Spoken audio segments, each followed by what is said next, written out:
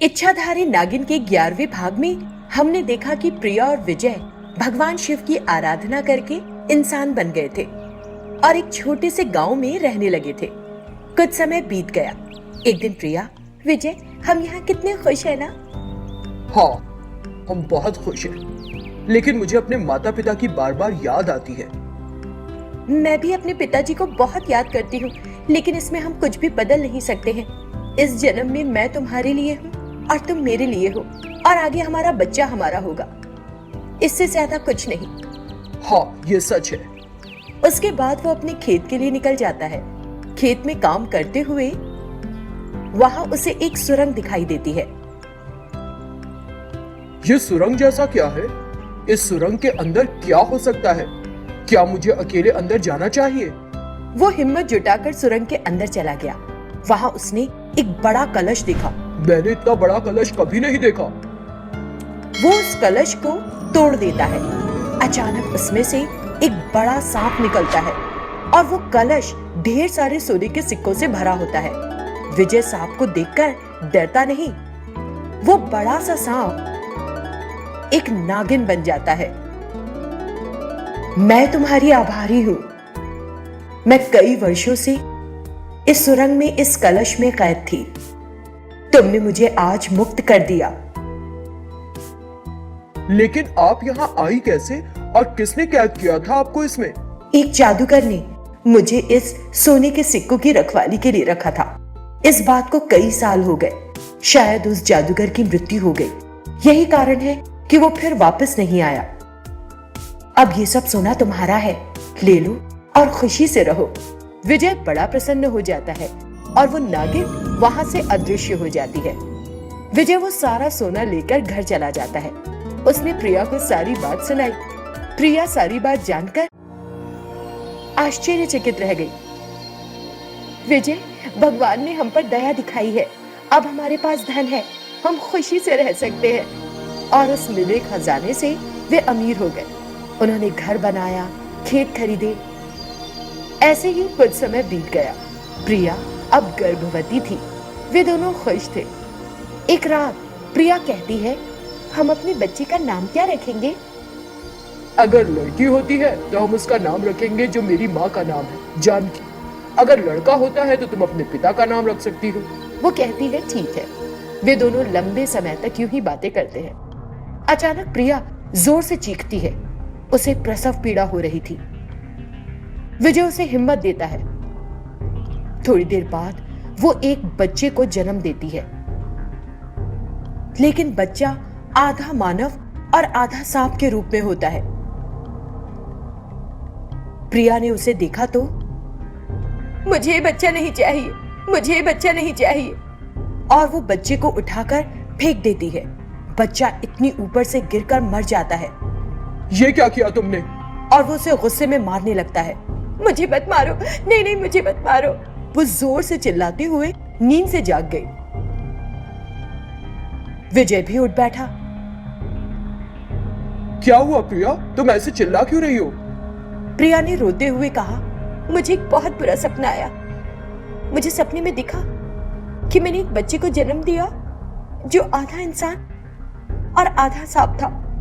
मैं बहुत घबरा गई हूँ। कुछ नहीं होगा। कल हम भगवान शिव से प्रार्थना करेंगे। तुम शांति से सो जाओ। प्रिया सो गई। अगले दिन वो दोनों मंदिर जाते हैं। हे भगवान, मेरी पत्नी का वो सपना कहीं सच ना हो जाए। मैं सांप जाति का हूं और हम आपके आशीर्वाद से इंसान बने हैं। आप सब कुछ जानते हैं। कृपया आशीर्वाद दें कि हमारा बच्चा एक सामान्य इंसान के रूप में ही पैदा हो। तभी स्वर्ग का द्वार खुलता है और विजय की मां जानकी पृथ्वी पर उतर आती है। विजय ने अपनी मां को देखा तो बहुत खुश हुआ और उसका अभिवादन किया। मां, यहाँ आने के लिए बहुत बहुत धन्यवाद। मैं बहुत खुश हूँ। क्या आप मुझसे नाराज हैं मां? नहीं बेटा, मैं तुम पर गुस्सा नहीं हूँ। अगर तुम एक इंसान के रूप में रहना पसंद करते हो तो तुम्हें कोई नहीं रोक सकता है। तुम्हें कोई नहीं। हाँ माँ, हम बहुत खुश हैं। माँ, आपकी बहू गर्भवती है। हाँ मुझे पता है, यही कारण है कि मैं यहाँ आई हूँ। उसने जानकी को शुभकामना दी। हम बहुत खुश हैं कि आप यहाँ आई। और वो उसे अपने बुरे सपने के बारे में बताती है। मुझे सब पता है, जैसी तुमने कल्पना की है ऐसा कुछ भी नहीं होगा। ये सिर्फ एक बुरा सपना था, केवल तुम्हारे अंदर का एक डर। यही वजह है कि मैं यहाँ आई हूँ, तुम्हारी इस हालत में तुम्हारा साथ रहने के लिए। मैं बच्चे के जन्म लेने तक तुम्हारे साथ ही रहूंगी। ये सुनकर वो दोनों बड़ी राहत महसूस करते हैं और भोलेनाथ का धन्यवाद देते हैं। फिर वे तीनों साथ रहने लगे। कुछ समय बीता और प्रिया को प्रसव पीड़ा हुई। जानकी ने बच्चा पैदा करवाया। प्रिया ने एक लड़की को जन्म दिया। तीनों उसे देखकर बहुत प्रसन्न थे। माँ, बच्चे का नाम रखिए। जानकी ने शिशु का नाम रखा अर्जुन। उन दोनों को अर्जुन नाम बहुत पसंद आया। बेटा, मेरा काम पूरा हो गया, अब मैं चलती हूं। क्या अभी ही चली जाएंगी आप? कुछ और दिन रुकती माँ? नहीं बेटा, ये अंगूठी लो, ये मेरे पोते के लिए है। इसे भविष्य में उससे मदद मिलेगी। अगर आसपास कोई खतरा मंडराएगा तो ये अंगूठी उसे बचा लेगी। वो ये कहकर अंगूठी देती है और तभी स्वर्ग के दरवाजे खुल जाते हैं और वो वापस चली जाती है। वे जानकी के चले जाने से दुखी थे, लेकिन फिर बच्चे को देखकर उन्हें सुकून मिला। कुछ साल बीत गए।